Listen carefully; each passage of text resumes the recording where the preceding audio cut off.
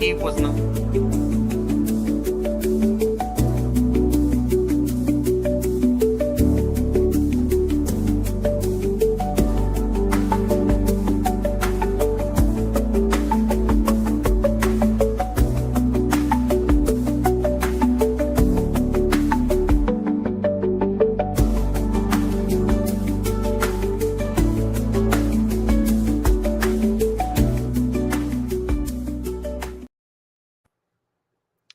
Hello, welcome back to Here's the Thing. We're here to cover some breaking news. Not quite breaking, yesterday's news, but it's the biggest news in the city right now. Netflix is buying Warner Brothers. Oh my God, the sky is falling and Hollywood is on fire. Let's talk about it. There's more news to talk about than just that, of course. We'll get into it as we go. Scarlett Johansson may be showing up in the Batman. Five Nights at Freddy's just came out. How's that going to do at the box office? Avatar 3 reactions. How are people feeling about Avatar? Let's talk about all of it. But I am here joined first by the worst, most limp dick actor in all of SAG. How are you feeling, Ari? Yeah, I'm feeling something all right. A lot of mixed emotions, mostly negative. There are some silver linings, but overall, overall pretty concerning news. But Scarlett Johansson joining the Batman, at least there's something to get excited for there, and I am excited for Avatar. I love James Cameron. I'll see anything he does. Well, first, let's talk about some fun conversational news. I mentioned it a bit in the intro, but Quentin Tarantino shared some thoughts on beloved actor Paul Dano. Not just Paul Dano, he also talked about Matthew Lillard and Owen Wilson in the same quote, but Paul Dano seems to be the one getting the most conversation, calling him the worst, most limp dick actor in SAG, saying he was very terrible and, essentially killed There Will Be Blood for Quentin Tarantino. He's a hater of Paul Dano, Ari, but essentially the entirety of the internet, anyone who's ever been in a movie touching Paul Dano's career in any capacity has come out and been like, hey, we love Paul Dano. Everyone's getting defensive for Paul Dano. How are you feeling, Ari? You have any thoughts on Quentin Tarantino sharing his uncensored thoughts as he tends to do? Even the official Paramount social media account was posted pictures of There Will Be Blood and Paul Dano. He stole the show, and everyone's all heart reacting. Everyone's in support of Paul Dano. Everyone's coming out in support of Paul Dano. But it wasn't just Paul Dano. Like you said, it was Owen Wilson, Matthew Lillard, and Matthew Lillard responded to it, who was at, I don't know, maybe a screening of Five Nights at Freddy's 2, which I know we both saw.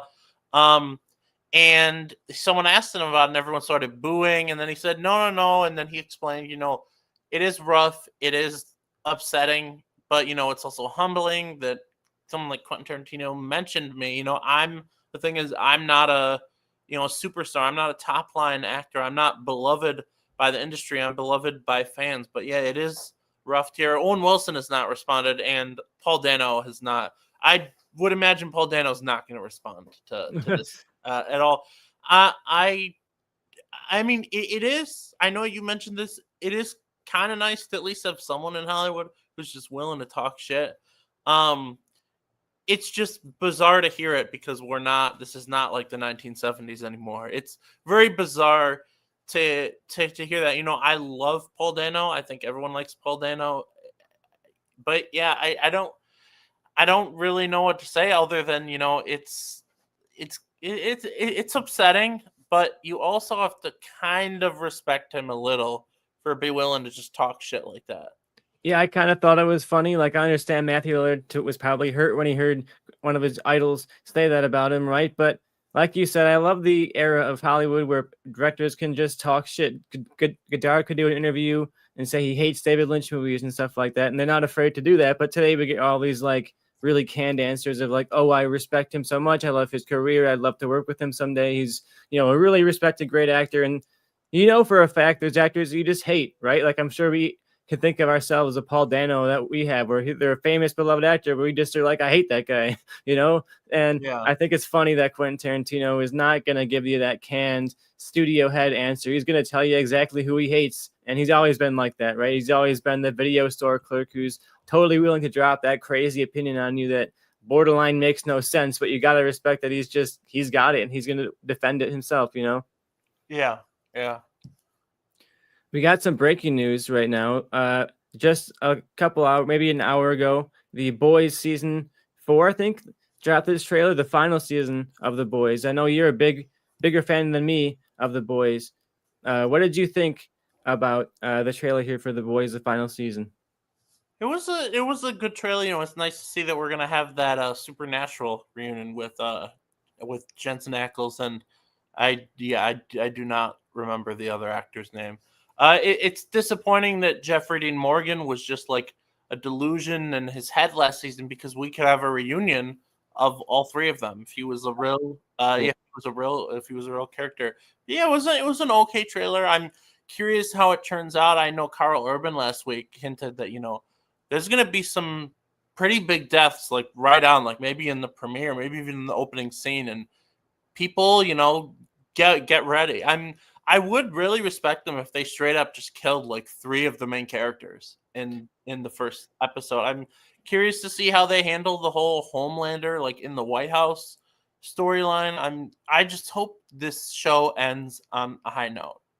Yeah, I have been really mixed on The Boys. I thought it started out pretty strong the first 2 seasons, and then I was not a huge fan of the rest of it. I thought the 3rd season was a pretty big step down, and I'll watch this. I'm excited to see how they wrap it up and where they go with it. But to me, this is just kind of a too cynical of a show. It's almost like too on the nose, too. Let's say, oh, Homelander's in the White House, and he's just like this very obvious Trump metaphor. And at some point, it feels like you're not really saying anything. You're just like reflecting the world back at me in superhero form, right? And I don't really feel like this show has a lot to say or a lot going on beneath that. But it is an entertaining show, so I'm excited to see where it goes. And like you said, this trailer builds up like a big war, right? This is like the battle for the world of The Boys, right? So they're definitely going to get off some killing in there. I was surprised in that first scene. It's like their whole entire crew is still around, right? And a lot of shows by the final season, at least 1 or 2 will bite it. So I'm thinking a couple of them will have to get out there, especially if they want to up the stakes. You know, you kill like Starlight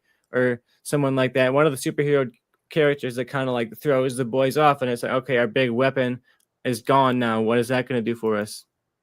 I do agree that it was fun at first, the first couple seasons, but then it's just so close to reality that it's like parody. Does parody really, does parody really work? You know, I heard a criticism for One Battle. Yeah, sorry about that.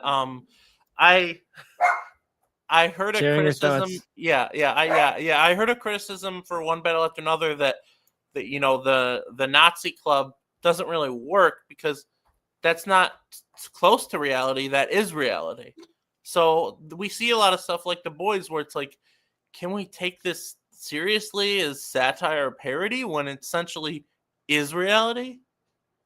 Yeah, I am definitely looking forward to seeing how they wrap things up. I haven't gotten that as Yeah. far in the comics. I read like a handful of them and I was really not super into it, but it's going to be interesting to see how they can possibly take on Homelander, right? Such a powerful character. How do you possibly fight and kill Homelander, right? So I really want to see how they wrap it up. Surely they got to defeat Homelander, right?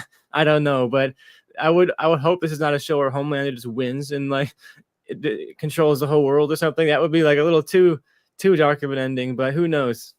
He'll go to Palestine and save them. Become a hero. You got to move on to some box office talk before we get into the big juice and the meat of this today. Yeah. Five Nights at Freddy's is the big opening this weekend. People were wondering how it's going to open compared to the first one. It's projecting to open up a decent amount lower than the first one, but it did open up slightly higher than projections. So yeah, about 54 million versus the first one was 80 million. I think you have to take into consideration how shit everyone thought the first movie was. I mean, the reviews were terrible. Audience reactions were high, but I think, like you said to me the other day, the general horror audiences just thought it was terrible. And I also, this is the second one. This is not the first Five Nights at Freddy's movie. There was so much hype around that. So I think they'll do a third one, but where it goes from there, we'll see. I think after they finish a trilogy, they should get some actual good writers and just make a decent slasher. It's not that hard, man. it was a bug on my monitor. Do you want to scarier than anything in Five Nights at Freddy's? I tell you that. Do you want to share your quick thoughts on the movie?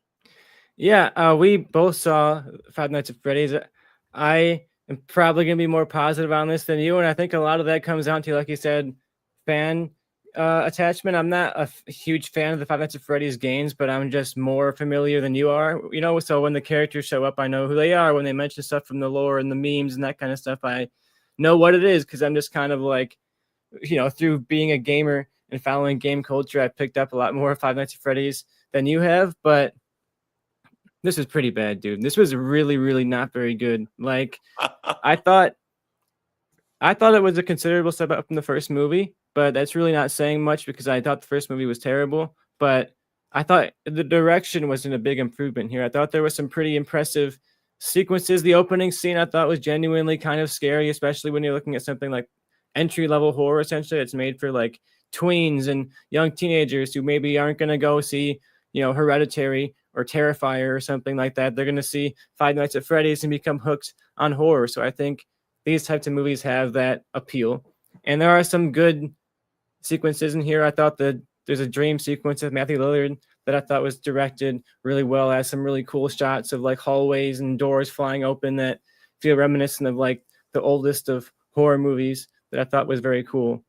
Unfortunately, the script just totally betrays any step up in direction that I thought this movie had.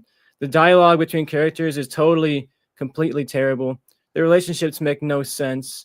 They're like the way they interact is just completely non-human, right? And there's this sequence where like the sister leaves for a night, and the someone says, "Oh, your sister, she went out last night and saw her friends at Freddy's," and the brother's like, "You're crazy. What are you talking about? Go away. We're trying to move he's on. like, Don't do that."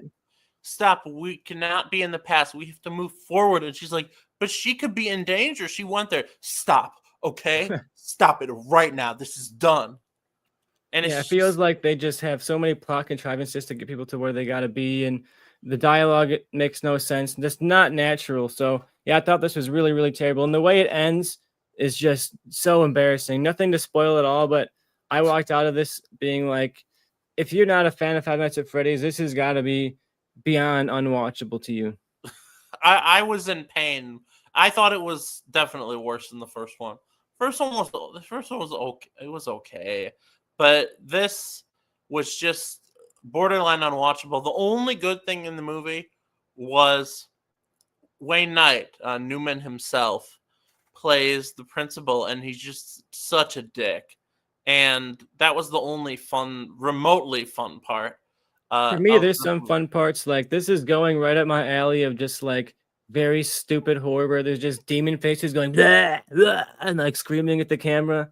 And they turn around and there's some just ridiculously loud sound cue to make a jump scare over literally like nothing at all in the scene, or like a doll face or something. There's a lot of scenes like that where if you can appreciate that kind of super trashy Blumhouse horror, maybe you'll get some joy out of this. I definitely had some joy in this, of just like the camp of these really, really ridiculous jump scares, and a performance from McKenna Grace that is something all right. She's definitely embracing that screaming demon face that I just talked about, but I I had a good time with that. I did actually laugh in that dream sequence scene when he falls. I was just like, I just can't get into this when the movie is just so bad. And yeah, not good at all, not scary. And it's like when you have all these cameos and stuff, when you have a video game movie, you can do that. You can do the fan service for fans, but you also gotta bring in non-fans and make them fans say, I like Five Nights at Freddy's now. Maybe I'll go check out the games. These movies do not make me want to check out the games. I don't want to be anywhere near anything Five Nights at Freddy's. I don't care that there's a million characters that show up. I don't know who these characters are. They don't introduce who these people are. They just show up. It's like this is just made for the fans of the games to see their favorite characters pop up for 5 seconds, and then they all clap and cheer. Like, I tell you, yeah, I clapped and cheered a few times. My audience was very into it. So if you're a fan of the FNAF games and you recognize the characters in the lore, you definitely will get something out of this, right? But I can't recommend this to anyone outside of that. Essentially, like I said, if you're into that specific type of trashy horror, you'll get something here. But I really won't tell anyone to go watch this. Any final thoughts you want to say on this one before we move on? How No. do you feel about its box office right now? It's doing slightly better than projected, but not Yeah. going to reach the heights of the first. No, it's not. It's not going to get to $300 million like the first one got to like $292 million. I think it'll be really front loaded. You know, everyone saw it opening weekend, and then I think it'll go down. Especially with box or word of mouth on reviews being so low, it's not going to be Yeah. like, oh, you got to go see this. It's so good. It's going to be like, don't see this. I think Especially with after the Avatar third, coming sooner than later. I think after the third one, there's going to be quite a bit of a break from these, most likely. Let's pause there and let us know if you guys saw 5 Nights at Freddy's, because we'd love to get your thoughts in the comments, especially if you're really positive on it. Let us know what you loved about it. But yeah, let's bring up some comments really quick. EDM is in the chat. Defending Paul Dano, saying Paul Dano was Oscar worthy in Love and Mercy. I agree with you. That was a great movie, and he's incredible in that.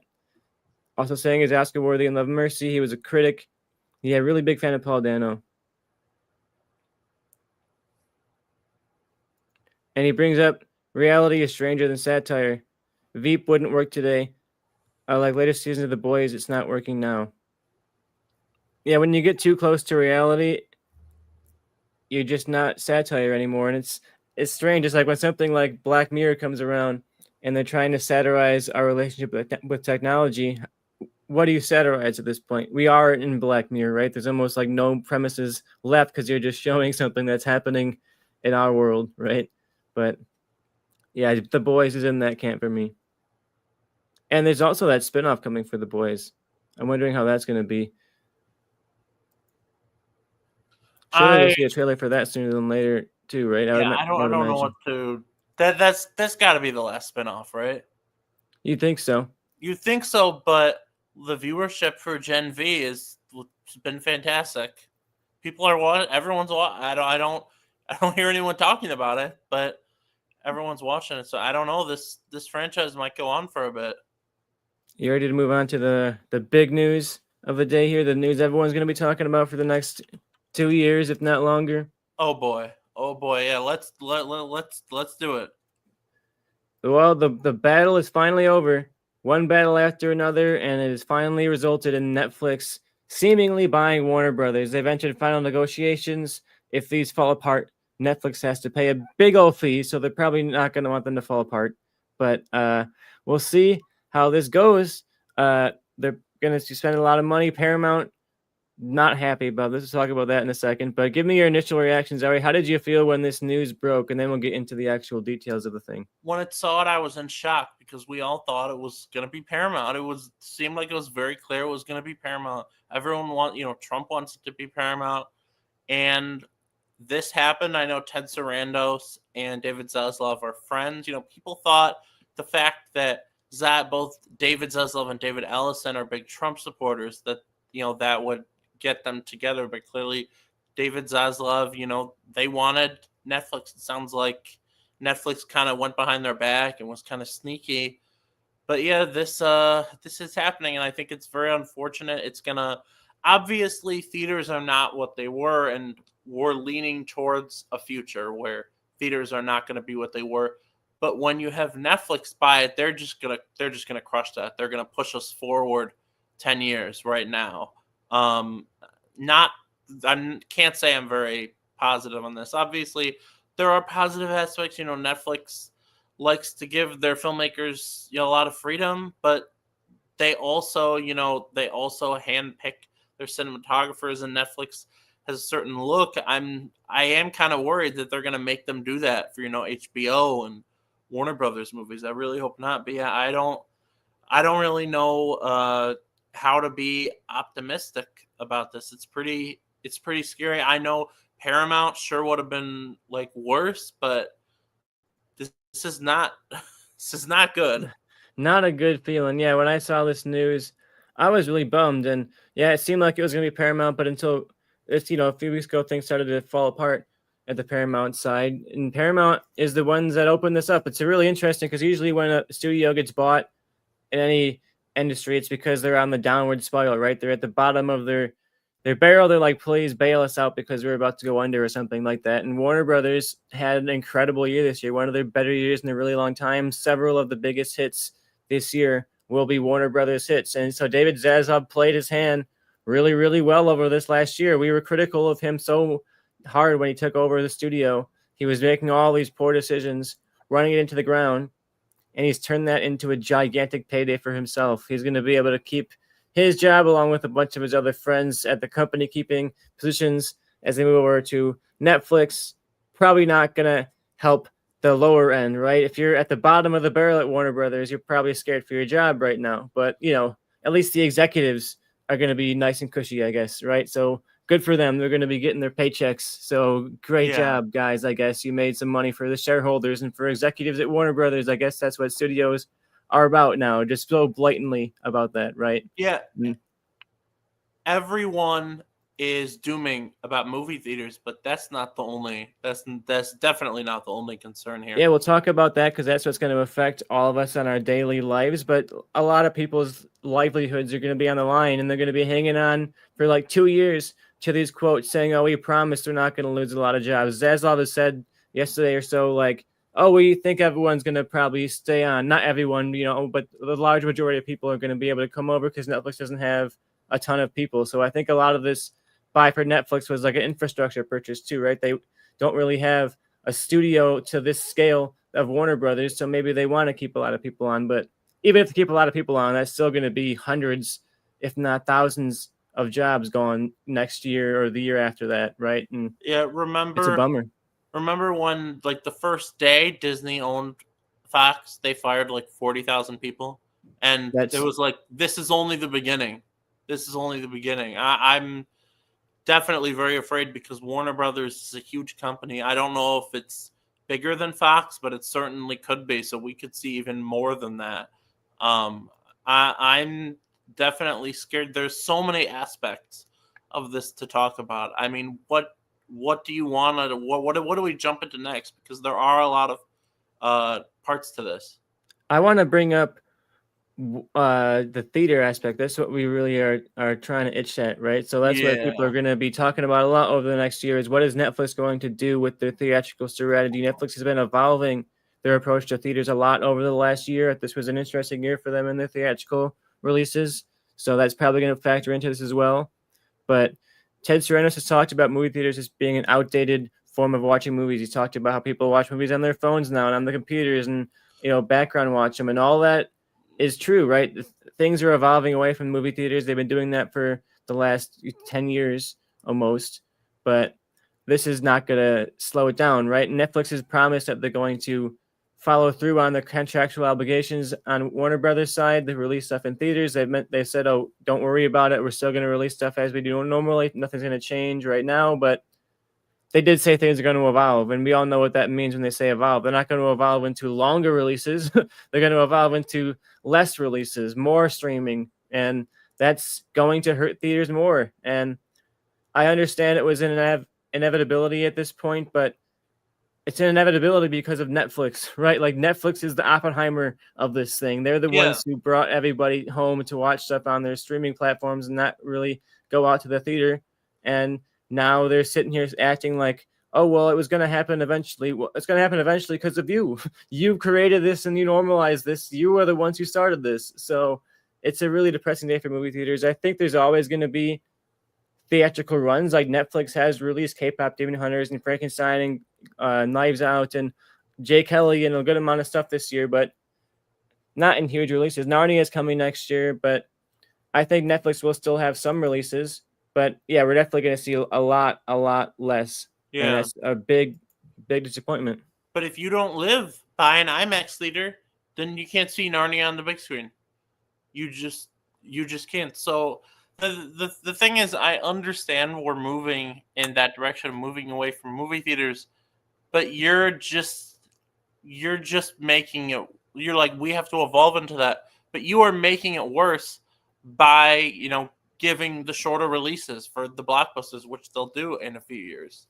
So you are actually making it worse. So I don't.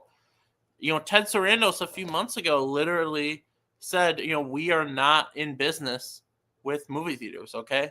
And then they released K-pop Demon Hunters for 2 weekends. They brought it back a second time. So they are in business with movie theaters, but not necessarily in the way we would would want them to. Yeah, in the end, Netflix is not a business that's going to prop up movie theaters. A lot of studios feel like they're in this business where you help us, we help you kind of situation, and Netflix isn't like a you help us, you help us. Like they don't want to give back to the movie theaters, right? So they're going to use them when it benefits them, when it's there to promote the rewards movies, when they realize they can promote K-pop Demon Hunters and make some money off of it, they'll do it. But they're not going to release movies out to the theater just because, right? And I think there's always going to be filmmakers like Greta Gerwig who will insist, and I think Netflix is going to cave to them, especially when they own something like Warner Brothers. If Paul Thomas Anderson comes to Netflix and wants to make a movie, are they going to be like, you got to release on Netflix? Like if Martin Scorsese comes to them and wants to release a movie, they're probably going to listen to him, right? Like they're not going to lose all of this talent just because of the theatrical hardline, but they are going to. It's going to be curious to see who they cave to, who they don't, and I'm really curious to see how many filmmakers end up never being released in theaters again when it comes to indie movies, like, all kinds of movies this year, Sorry Baby and stuff like that. Would that have gotten any level of a theatrical run at all if it was a Netflix movie? I don't think it would. And even something like Sinners, would Sinners be released in a huge global run like it is? I don't know. Sinners would be something an executive might sit back and say, let's not risk that. Let's put that on Netflix. And if Sinners drops on Netflix in March, is it something that's getting a Best Picture nomination now? I really don't know if it is. So it's going to be a bummer to see so many filmmakers who dream of being on the big screen probably never get that chance. And through Warner Brothers, one of the old school Hollywood studios that used to be such a pioneer of technology and is not that anymore. Yeah, the thing is, if you get the chance to make a movie, Netflix gives so many filmmakers opportunities. You're going to take that opportunity, but you're not going to get your movie to be on the big screen. EDM comments from within the industry saying he's a struggling writer. They're a struggling writer in LA. This is a death hit. Netflix contracts don't provide decent single time pay and forget residuals. EDM and LA buddies thinking career change is inevitable. Artist exodus. Yeah, I mean, me and myself and people I knew, exodus left LA in the 2020 era because things were going badly then, and it's just getting worse, right? Everyone that I know who's still in the industry is struggling. No one that I know is stable in Hollywood right now, right? And that's people all across the rung of things, producers and writers and PAs. Anyone that I've interacted with in my entire professional career is struggling right now. Do you think in regards to DC that we'll see some straight to streaming movies? I think we will, especially on the animated side.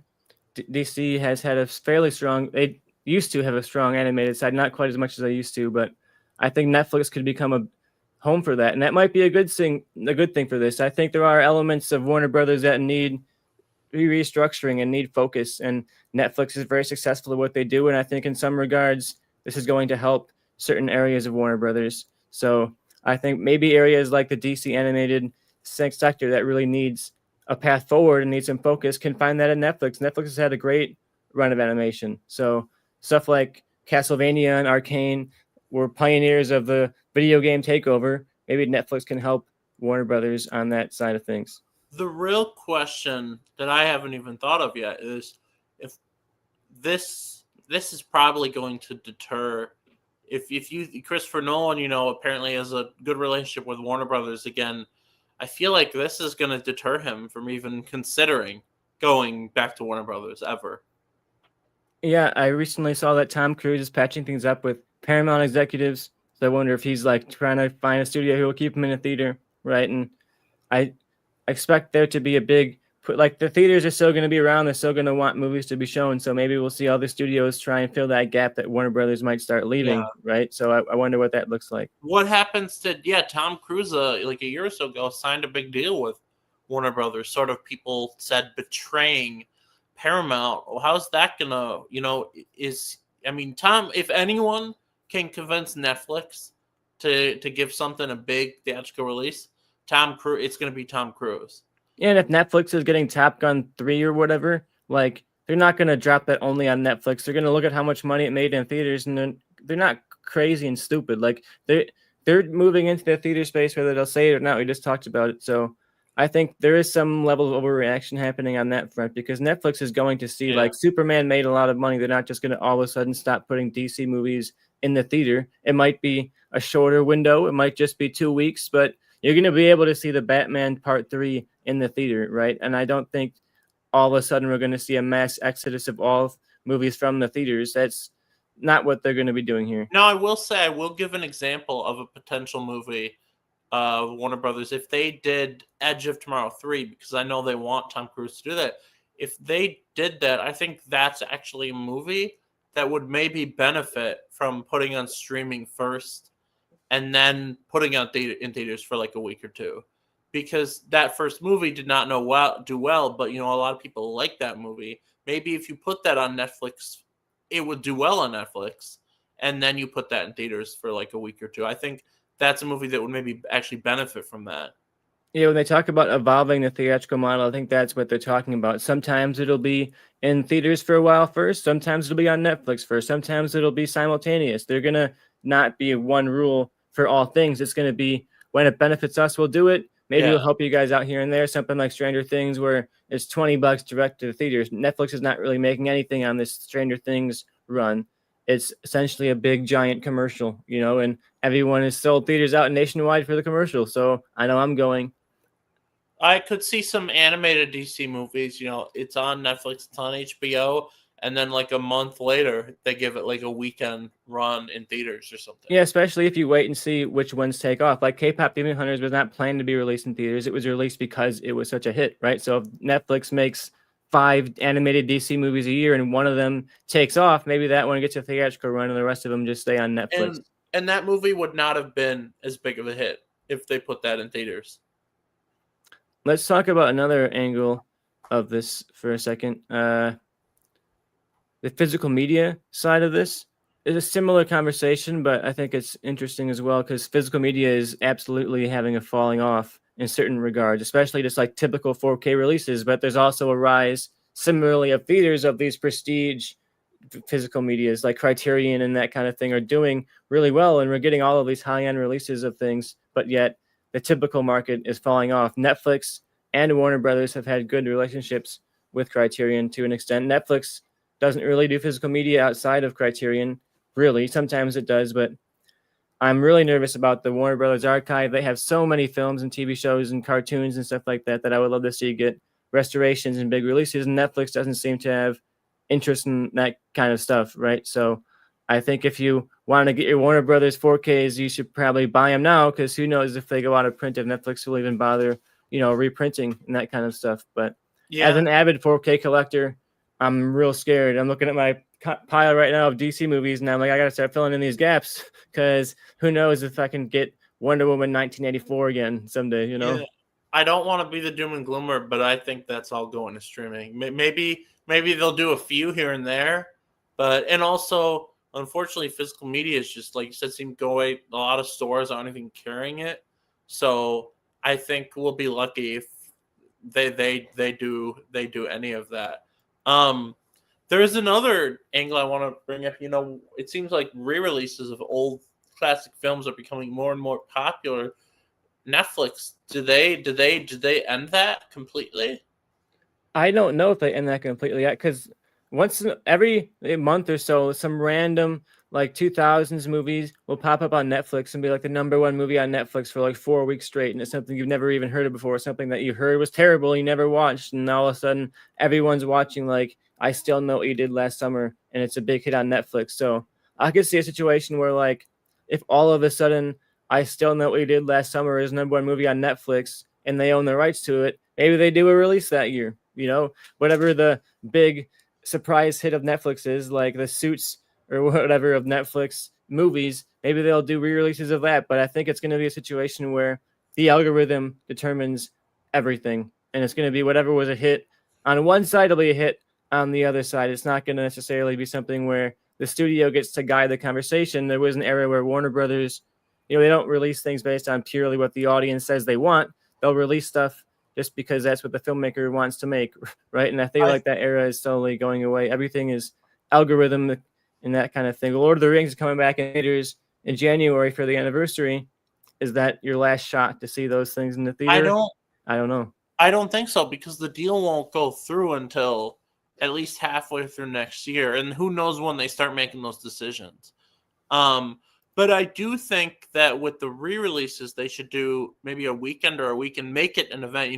Wedding Crashers coming back to theaters, and there's no like advertising for that or anything. They're just dropping that in theaters. They need to actually like pump it, advertise it on the Netflix app, so everyone goes out and goes and sees that movie. But I did bring up to you the other day or last week before this news broke that will they do something like Stranger Things again?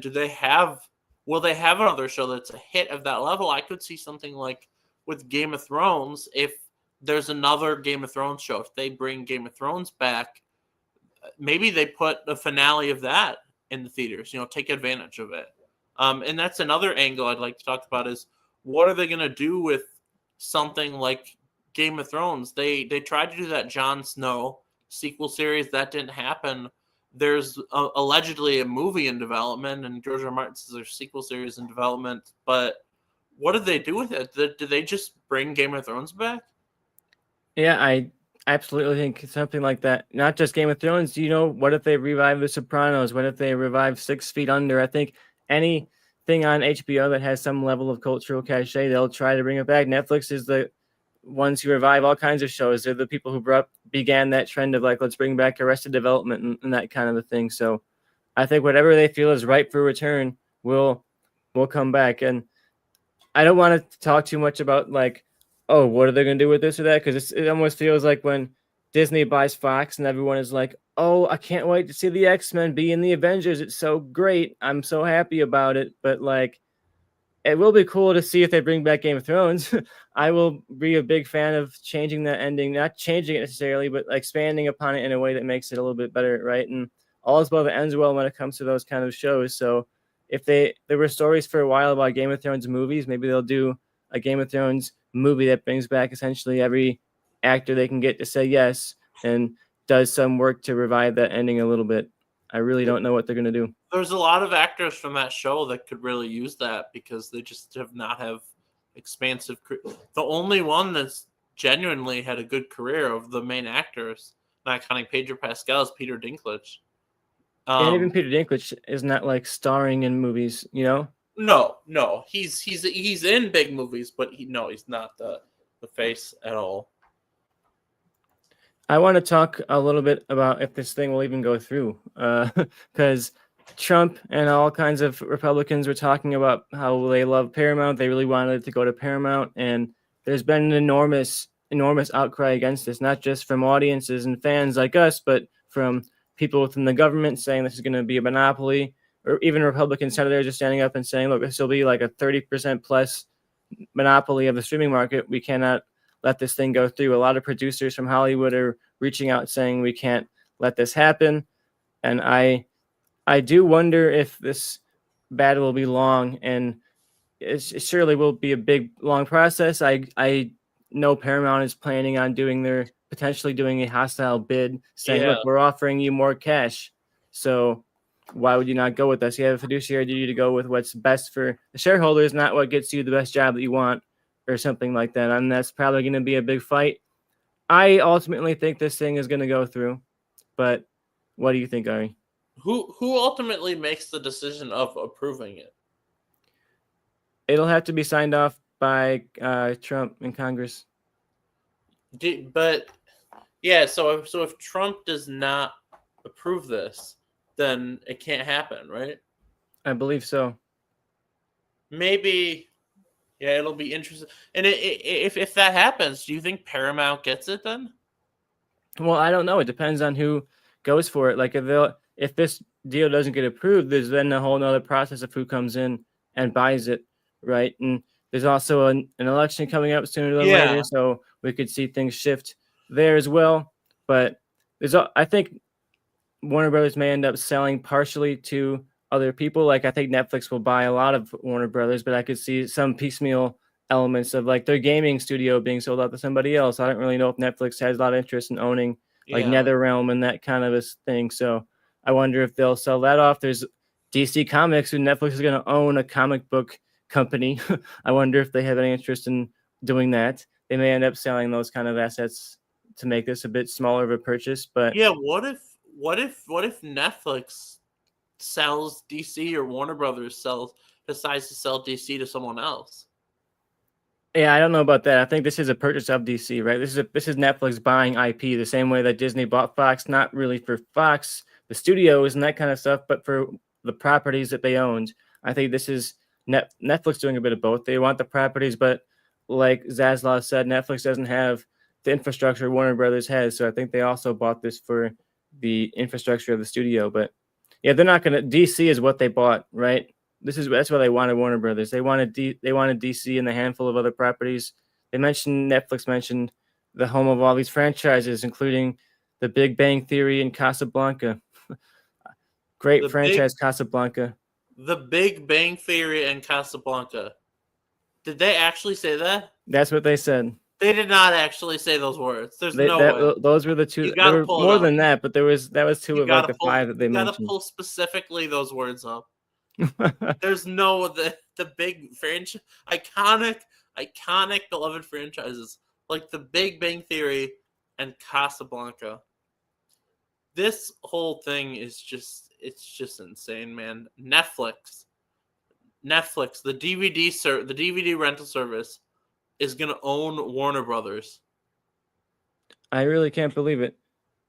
I'm reading it right now. Beloved franchises such as The Big Bang Theory, The Sopranos, Game of Thrones, The Wizard of Oz. Oh yeah, and they're bringing it together with Wednesday, Money Heist, Bridgerton. Okay, wait. So, Wizard of Oz is Warner Brothers? Yeah. Oh God, they're gonna remake The Wizard of Oz. And Netflix VR with AI giving you the 4D experience of everyone around you being munchkins. I'm not joking. I think Netflix would actually. I don't think that's unlikely. But they do a musical prequel, you know? Yeah, they'll do. That'd be great. They'll do their own version of Wicked. They'll buy the rights. EDM says Casablanca multiverse coming soon. Multiverse of Casablanca. They're gonna introduce the version of him that's not a Nazi. Daenerys Targaryen versus 11. Oh boy.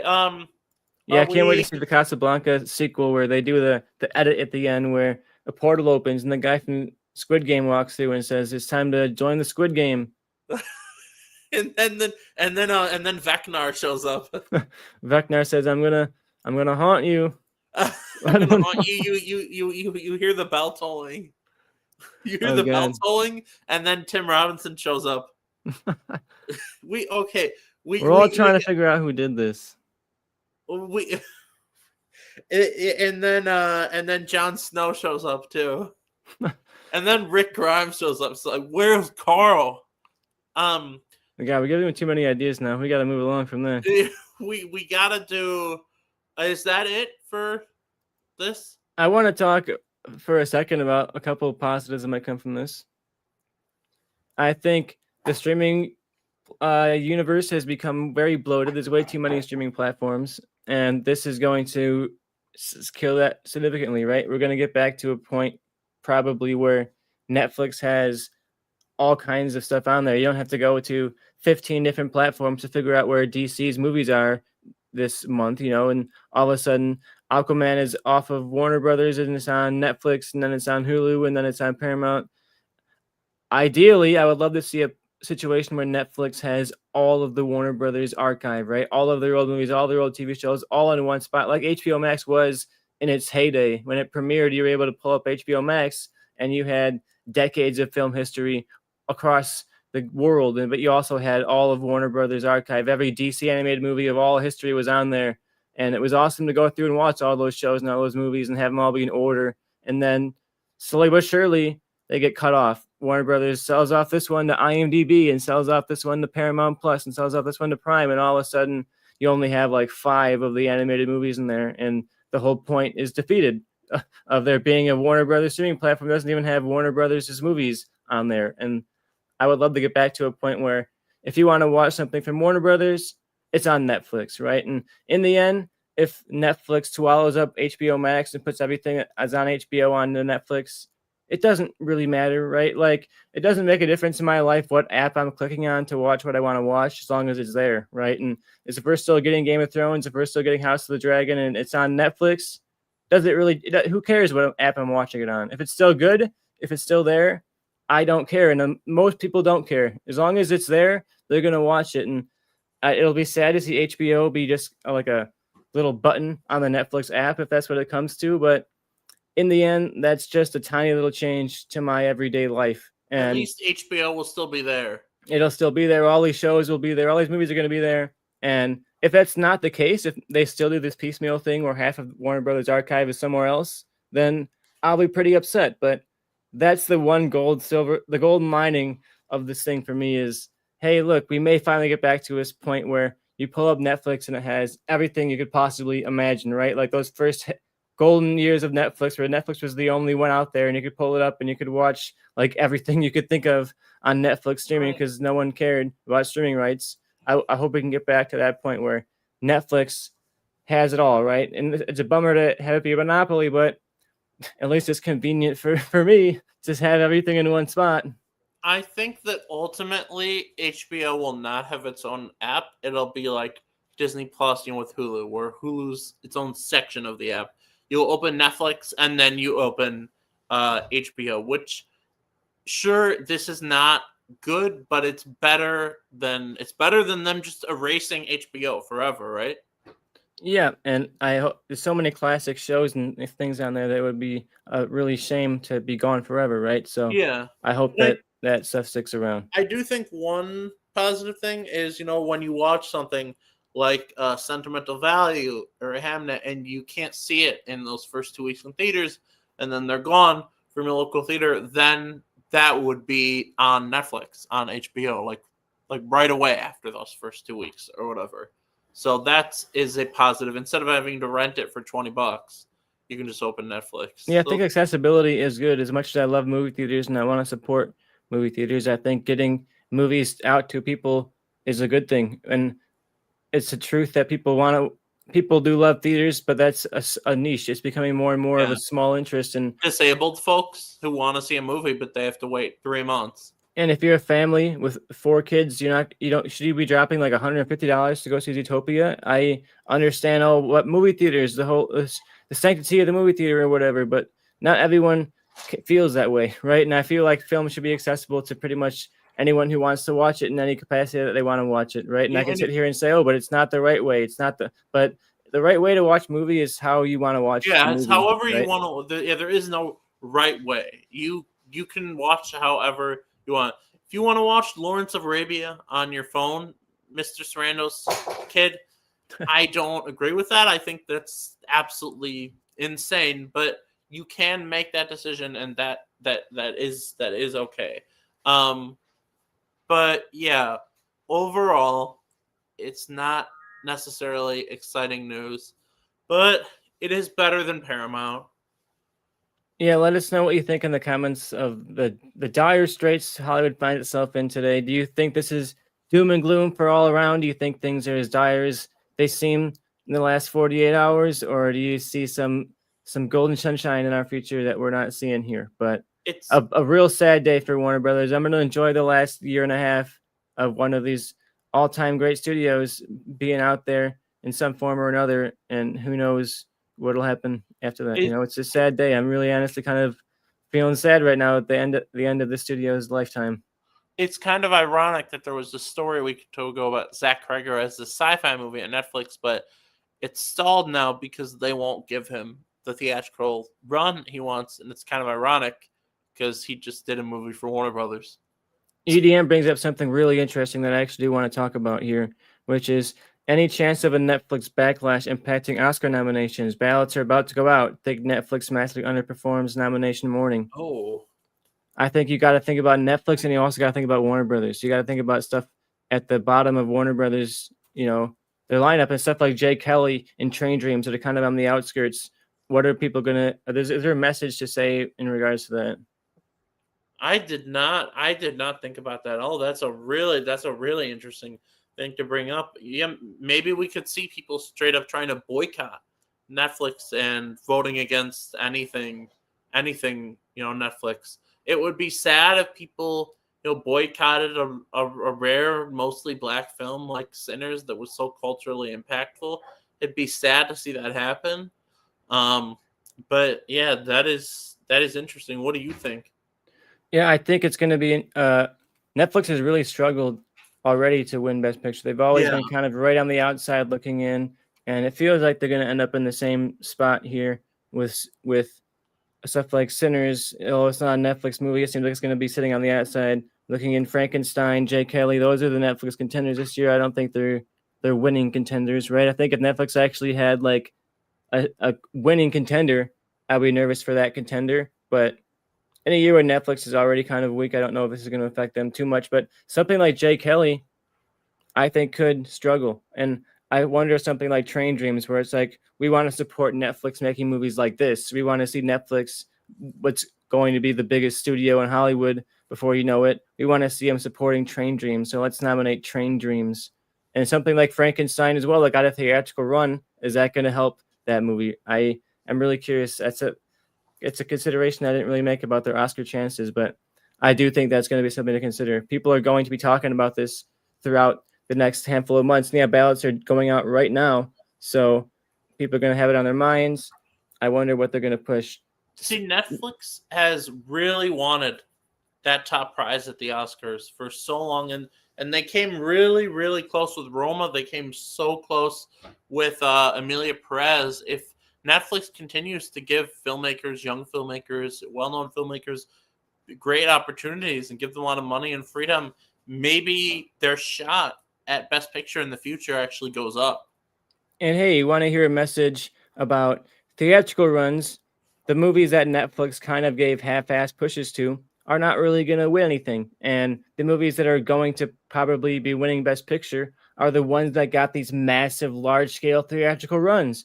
One Battle After Another and Sinners are probably the top two contenders, and they're up there because they had an entire year of people watching them in the theater and talking about the theatrical experience and the cinematic experience of watching these two movies. It turns out being released in theaters actually does help the movie. So maybe Netflix will learn from that. And I think if they do want to win Best Picture, they're going to have to release their movie in an actual release, right? And I think that probably is part of it. And I think the only movie that might hurt from Netflix in this regard is K-pop Demon Hunters, because that is the runaway hit for animated feature, but Zootopia 2 is right on its heels. And I wonder if that might be the one that takes it. And Zootopia 2 has had very positive reactions. Yeah, I think that'll help it too. The reviews have been really, really strong. It had tons of money in the theaters, and I like Jesus, look at how well it's doing. Not that, not Zootopia will. Absolute insanity. I'm not sure how I feel about. There was a box office site that had a headline said, "Japan gets absolutely nuked by Zootopia 2." And I'm like, Jesus Christ! The comments are people going, "What the?" I feel like your wording maybe could have been better, but yeah, it's doing so well. I mean, I knew it was going to do well, but I didn't know if it would be. It's gonna make it could make more than the first one, but yeah, that and Avatar are gonna be the only $1 billion movies for the year. You want to move on from this and talk about Avatar for a second? Since you brought it up, Avatar 3 reactions have come out. They're positive-ish, but they're definitely more mixed than the first one. It seems like the resounding opinion on these reviews or these reactions so far is that it's more Avatar. It's going to give you what you got from the second one, but it's not necessarily going to step things up in an extremely impressive headline-making way. So talk about movies that are on the edge at the Oscars. It makes me nervous about Avatar for Best Picture. If it's something that is good but not striking in the level of the first two, is this something that ends up missing for picture? I think it's very, very possible. Once we get actual reviews out and we start seeing scores outside of reactions, we'll see how it goes. But I wonder if now that the lightning is out of the bottle or whatever, I can find them metaphors there, I think. But how are you feeling about these reactions? Are you not necessarily overwhelmingly positive, but not negative either? It's interesting to know. I did not know, and you told me this the other night, that originally Avatar 2 and 3, that story was one movie. And this is essentially, it sounds like part 2. This is the finale of Sam Worthington said 2 and 3 are their own chapter, their own saga, and 4 and 5 are their own saga. So maybe that hurts it. It's like Wicked. The second part is not as good as the first part, and we could be in a similar situation here, in a similar situation where Wicked does really well, but not as good as the first one, and this one does really well, but not as good as Avatar 2. I'm so excited for the movie. I am. It sounds like people are like, if you were into all the emotional and the drama with the last one, you're really gonna get into this, and the action is great. It's just the thing with Avatar is the storylines are not the most like complex. You're there for the action. You're there for the incredible special effects. This is a James Cameron. I am excited for it, but it is, it would have been really exciting if it was like the reactions were like incredible.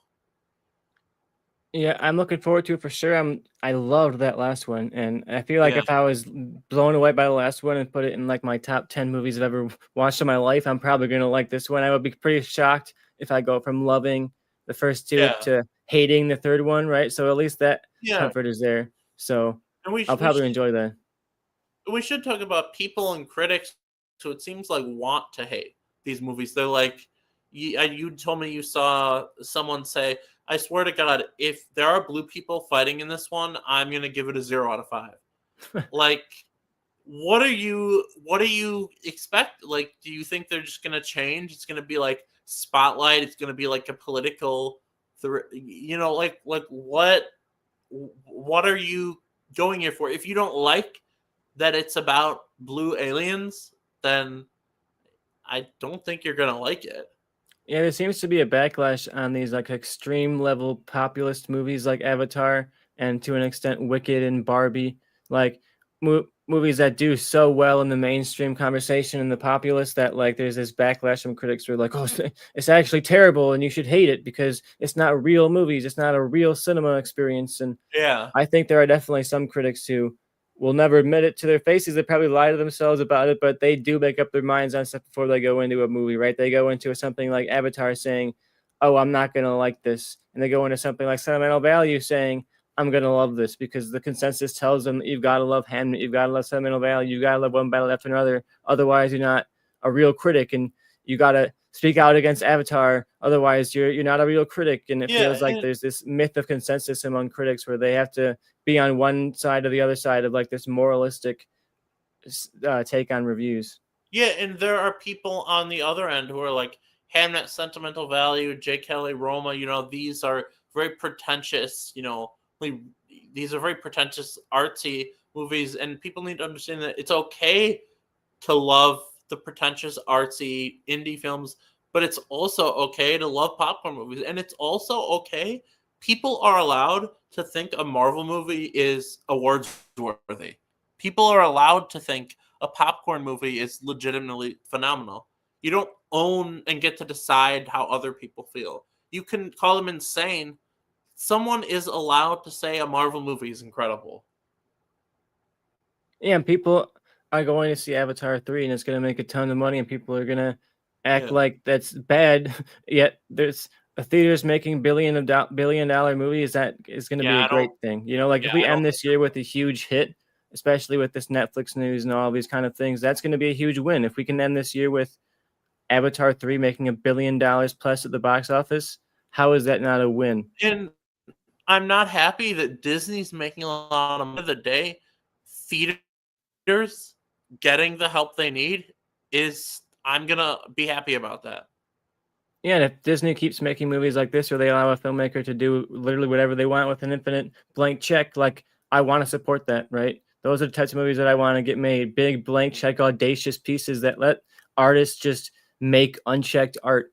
And I'm really looking forward to this.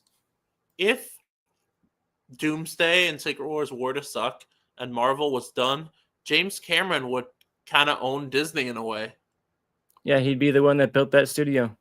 Yeah, and then he could yell at them too and be like, "I built this studio from nothing, Tony Stark.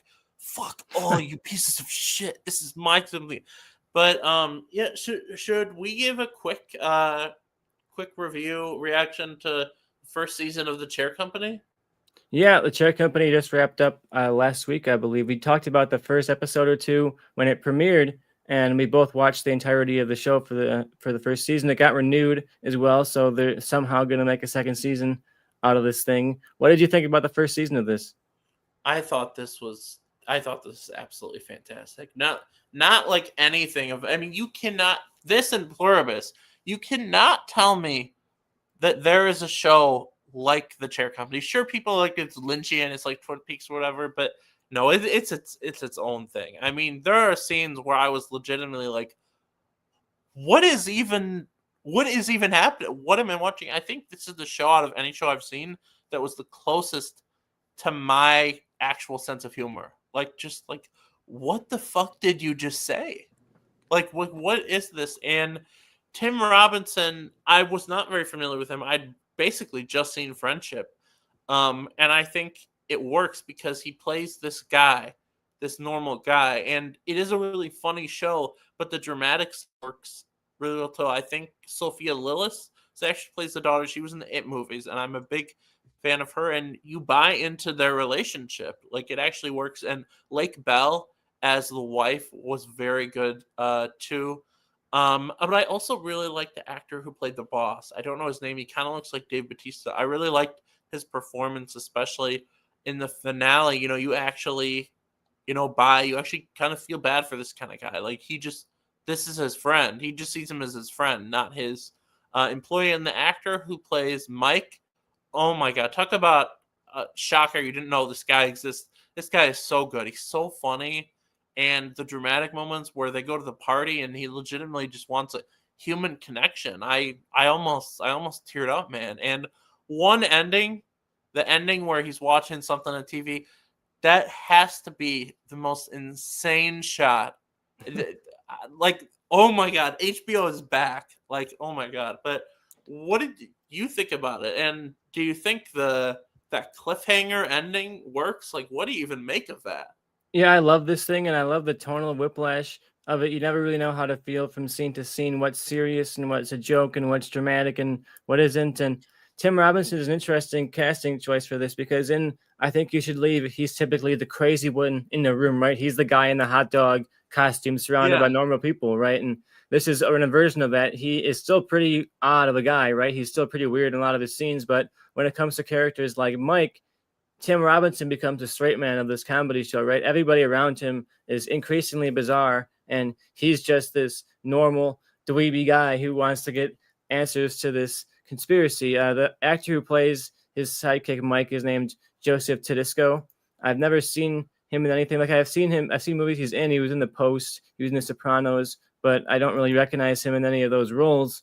But this is such a breakout for him. Really, really compelling and odd character. And like you said, this show seems to really be about male bonding and the lengths that men go to or feel like they have to go to connect with other people and to feel seen by other people. There's a level of drama and thematic value here that I think makes it more than just a crazy cringe comedy that I Think You Should Leave Yeah. usually is, right? Those are funny episodes, but I don't leave that thinking like, oh, this was like about something. And the Share Company genuinely felt like it was about something beyond just the corporate conspiracy side of it. There was something genuine in those relationships that I thought made this thing way more compelling than I thought it was ever going to be.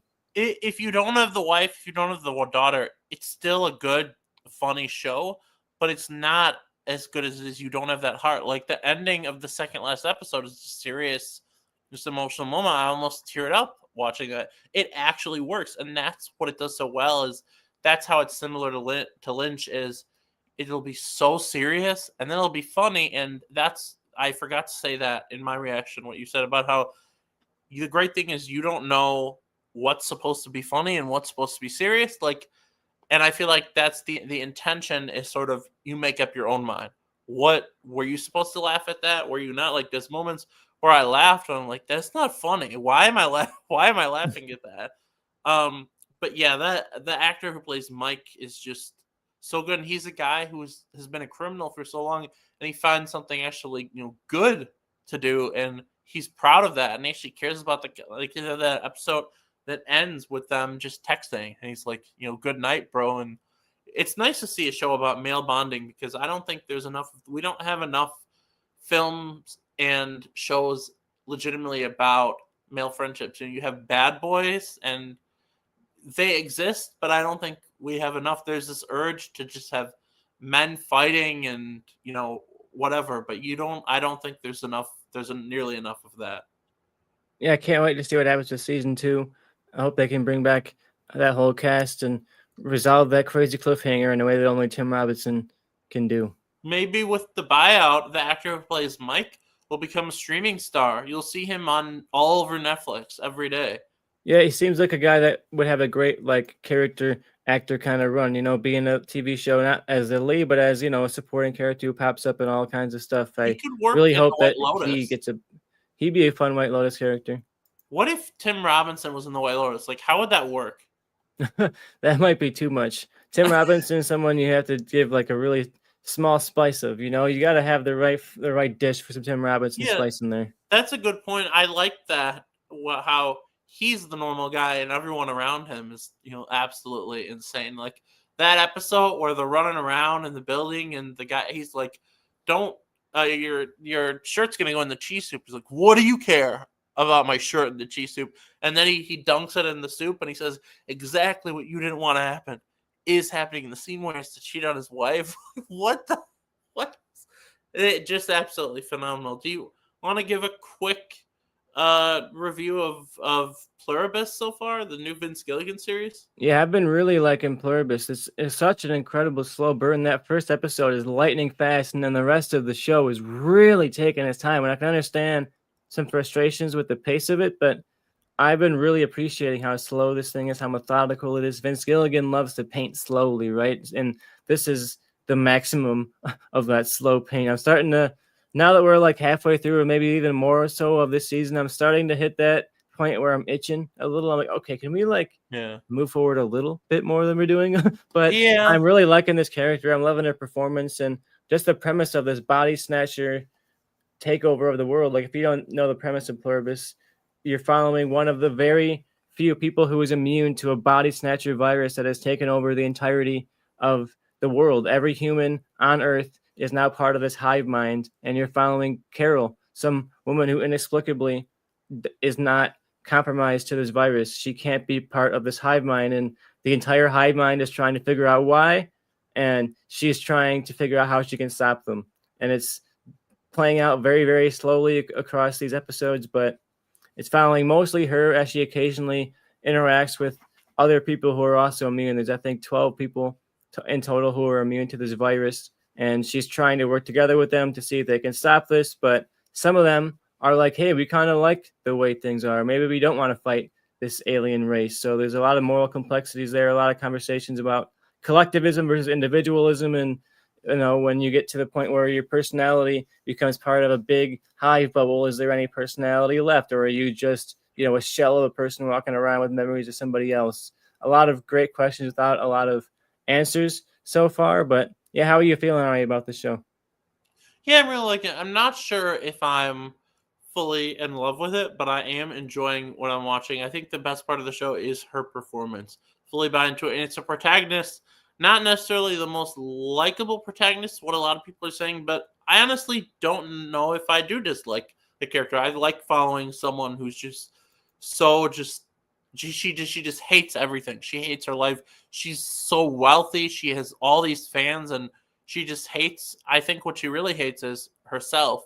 And this is a show where she's surrounded by a virus that is literally happiness. I mean, before we knew what the show was really about, the pitch was that the most miserable person on earth needs to save the world from happiness.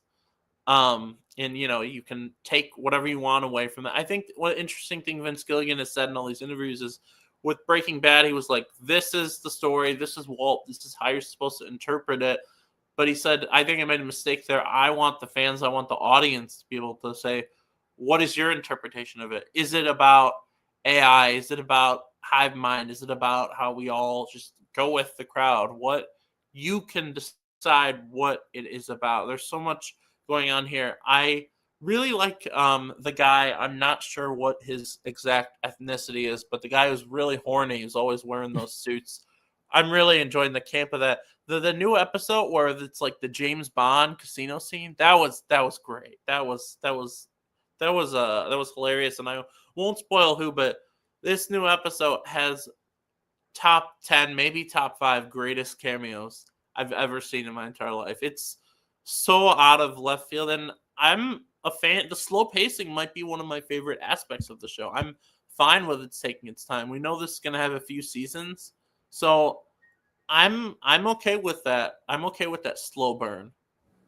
Yeah, I think a slow burn is good so long as Apple can maybe up the release schedule. I don't want to have a slow burn if I'm then having to wait like 3 years between seasons, Yeah. but I feel like I might have to. It's kind of the norm right now, but Oh boy. uh, I'm really liking it. I can't wait to see how he wraps things up and where he ends this season at. I'm sure he's going to end us on just some desperately starving note. You know, it feels like these episodes are doing a slow build up to something. It doesn't just feel like he's laying groundwork to nothing. It feels like he has an image in his head of where this thing is going to, at least in terms of the first season. He's got something there. And it's already been renewed for a season 2, so we know it's going to Yeah. come back for more. But It's kind of ironic that the season ends like a day after Marty Supreme comes out, and that's about a very unlikable character too.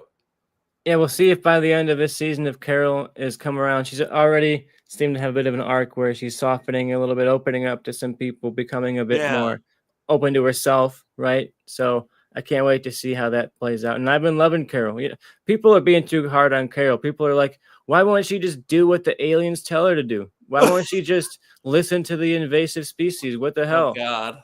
Get out of here. What are you doing? You're saying, oh, if an alien race invades the Earth and kills every single person in the entire world, and including her girlfriend right in front of her, she's supposed to just be like, oh, this is great. I'm loving this. I just want to say that everyone, you all have to. If you're not watching it, Welcome to Derry, you gotta watch. There's 2 episodes left. The rumors this penultimate episode is an hour and 40 minutes. It's probably gonna be the best thing we've seen from it. I've loved this show because of the build up of Pennywise. We're building up to this finale, and I also really like the episode about the Native Americans. I think all the performances are great. The actress Taylor Page is really good. Been seeing her at a lot of places, and what's his name who plays the dad in Dexter, which I recently started watching, is he's so good in this show. This is exactly what the movies should have been. It's actually scary, and it has that goofy, ridiculous thing, but it actually works because it is scary. And I think the kids are mostly good. But man, these next 2 episodes are gonna be so good. And then there's also, we can give our quick thoughts to wrap up TV on. Oh wait, you haven't seen the first 4 episodes of Stranger Things. Yeah, Yeah, give me your thoughts though. Spoiler free. How are you feeling? yeah, Like halfway through or so of the final season. it's pretty okay. It's pretty okay. It's weird the way they filmed it. It's like modern and it's not colorful like the previous seasons, and it just doesn't have that Stranger Things energy. I kind of felt the same way about last season, but this is even worse. And there's scenes where Hopper is being an asshole again, and I'm like, Oh no. what? Yeah. He's like, they're in the upside down or whatever, and then he's like to 11, stop.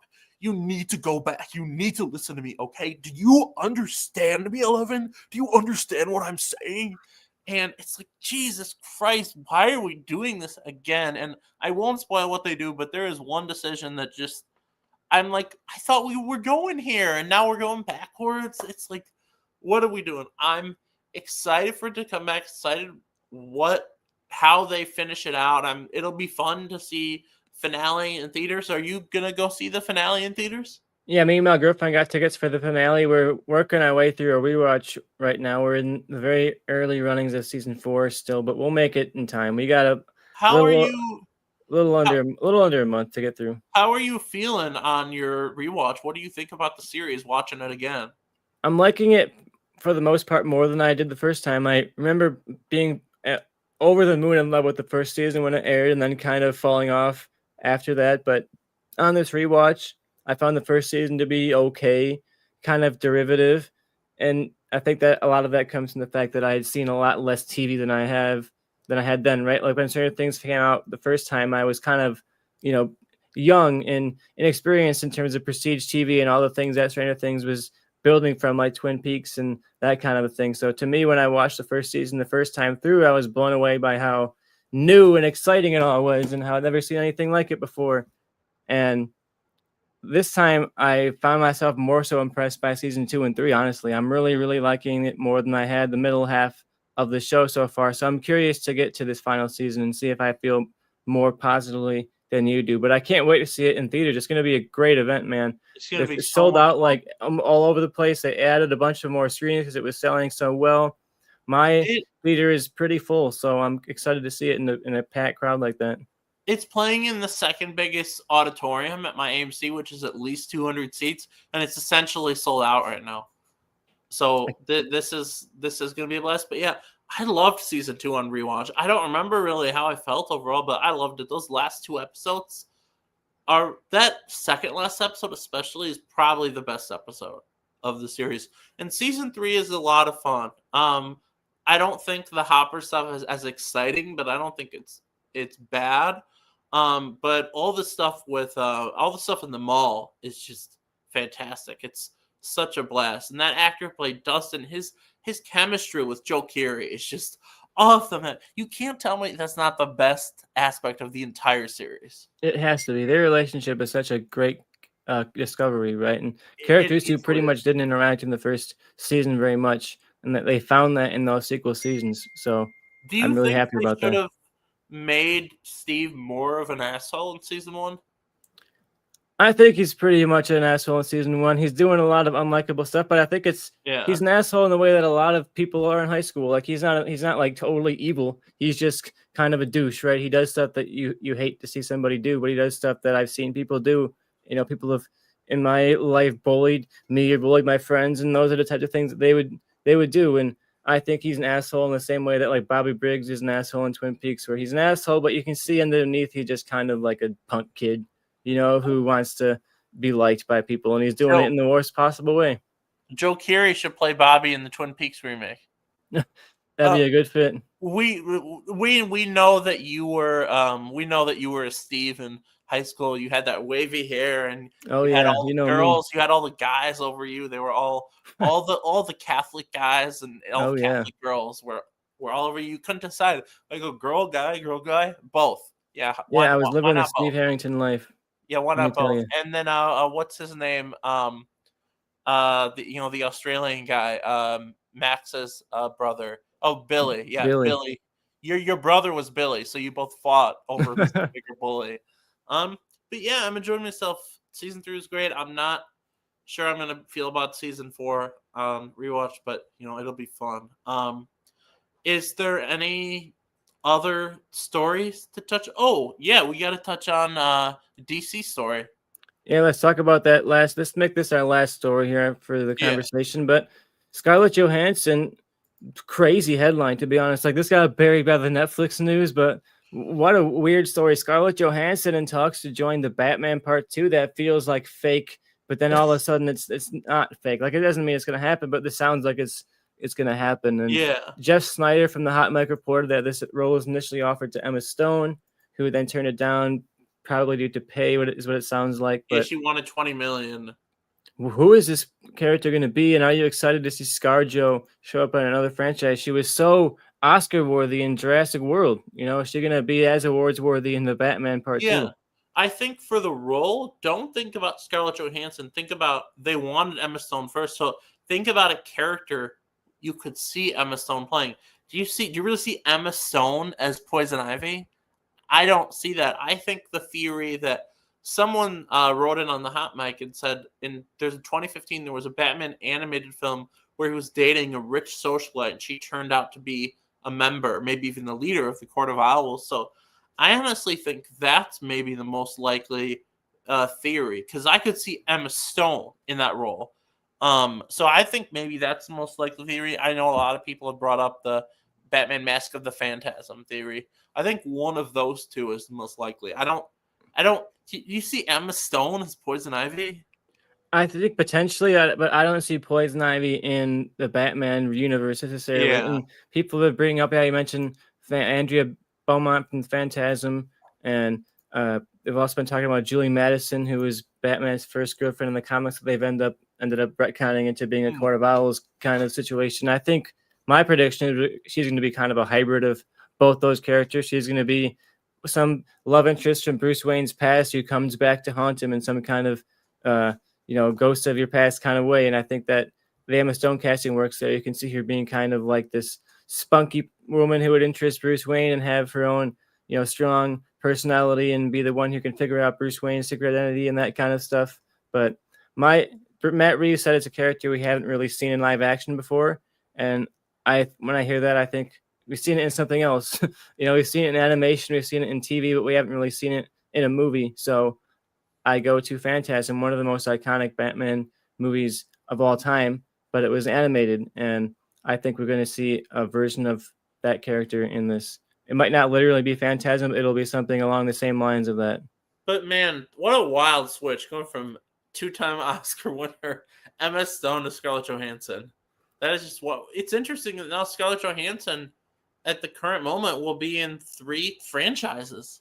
I mean, that's the question I have is Scarlett Johansson starting to become like the female face of blockbuster franchises? Yeah, I don't know if it's even starting. She's the highest paid actress in Hollywood right now. She is hugely sought after. Emma Stone has this prestigeness about her. Of course, she's an Oscar-winning darling. She seems to get nominated all the time. Yeah. But Scarlett Johansson is the blockbuster actress. She's the Tom Cruise of movies. She can sell a ticket to Lucy. She can sell a ticket to Jurassic Park. She sells tickets. She does really well. Even Ghost in the Shell made a good amount of money. It wasn't a huge hit or anything, but like it made more than it ever would have made with a different actress in it. Yeah, I would say that her only real competition is Zoe Saldana, but I don't see Zoe Saldana as much of a star as Scarlett Johansson. But yeah, this is really interesting, surprising news. Jeff Snyder on the hot mic also said, interestingly, this was not the first role even recently that was not originally Scarlett Johansson was not the first choice. He says Angelina Jolie was the first choice for Exorcist. She's really wanted a big comeback role after Eternals has really hurt her career and her image. She didn't do it because she just wants to be very careful. And I think the last Exorcist movie being a disaster definitely has something to do with that. Also, Charlize Theron was up for that. But apparently Scarlett Johansson, like aggressively, as soon as she heard this role was open, she was like, oh, I need to get that. So she wants to be this blockbuster. She wants to continue this. And I think she sounds like she's a really smart businesswoman. I mean, she tried an awards movie recently, which I did enjoy, but it doesn't seem like maybe she'll do another one of those. I mean, maybe at some point she directs one of these blockbusters, But yeah, it's a really interesting story. And interestingly, she's not taking a bunch of money up front. She's going to do the Robert Downey Jr. thing, and she's going to bet on the success of the movie. I wonder how that works with when Netflix is there, if they don't want to give it as big of a theatrical release. And that's an interesting thing to think about. But yeah, I'm imagining Batman Part 2 makes it out prior to Netflix taking things over. But what about after that? Would an actor want to do that? I don't know. Yeah, that's going to be the big debate, I think, is the financial side of it as well. And we talked to death about Netflix's theatrical strategy. But yeah, the financial side of it is something they really got to consider. If an actor typically would make money on the back end, there is no real back end to be made on Netflix. Yeah. It kind of is, but it's not even close to the same. There's like EDM mentioned, forget about residuals and that kind of stuff. At Netflix, you're not going to get that. Yeah, but I want to end it there if you don't mind. Let's get anything else to say about ScarJo in DC. It's just that I'm excited that we're finally getting casting rumors. Yeah, and I'm excited they're going for names. That was something that was really cool about the first Batman is that there were recognizable people like Colin Farrell popping up in there. It wasn't, all stars, but it's really big names. And this is the biggest name, right? Scarlett Johansson is easily the biggest name in this movie at this point, right? Yeah, even bigger than Pattinson. Yeah, it's the opposite of the James Gunn universe, where they're getting good actors, but they're not names. And Matt Reeves, it seems like he's attracting the big names. EDM says Scarlett Johansson won over Disney and got paid for Black Widow. She knows business. She might even get points. Yeah, and Scarlett Johansson's really proving that she doesn't actually need Black Widow, right? Like, that's pretty impressive for her, is that she was able to step away from that Marvel role and so far she hasn't had to like come crawling back to them, right? She might be in Secret Wars or something like that, but she hasn't had to come back and be like, okay, I'm going to be Black Widow again. Like she has several other franchises that are doing really, really well without having to be part of an ensemble, without having to go to the studio and beg for a movie, right? How do you have Scarlett Johansson on your cast list and you're saying, oh, well, wait, we'll give you a movie someday. Someday we'll give you a movie. And I think that definitely offended her, right? And she's gone and proven that she can lead a movie and she can sell tickets. And I feel like those executives at Marvel that were hesitant are probably, feeling pretty regretful right now because they could have had that and they didn't. Do you see this as sort of she's like looking at Marvel and putting up the finger? I think so. And I think whether it's consciously doing that or it's what her like proving to herself that I am a leading actress and it doesn't matter what Disney has to say about it is part of it. Well, I think that was a good episode. Yeah, it was a really good episode. I'll bring up EDM's last comment here to end the show because he brings up, are we going to be doing Golden Globe predictions tomorrow or just reactions on Monday? We are definitely going to be doing both. I don't know who will be on necessarily, but tomorrow we're going to do Golden Globes predictions and we will be doing a reaction on Monday to the nominations. Award season is here, folks. Critics' Choice is out there. All kinds of surprising nominations there. Movies like F1 are doing better than you thought they would do. Movies like Wicked are maybe falling off. Avatar maybe falling off. Who knows? We're in the heat of the thing now. Can't wait to talk about those nominations when they come out and to finally start getting to this phase of doing Oscar predictions again. Because if you can believe it, we're like a month away from getting the Oscar nominations. Yeah, we'll see you guys next time for some more news. I'm sure we'll have more fallout from this Warner Brothers Netflix story over the next week. But I know we were off for a little while. We had a health issue among us that ended up lasting way longer than me thought it was going to last. But we're back on our feet now. We're going to be back doing news coverage on all kinds of stuff across TV and movies and the ever-changing entertainment industry. Until next time, fuck Netflix. We'll see you guys.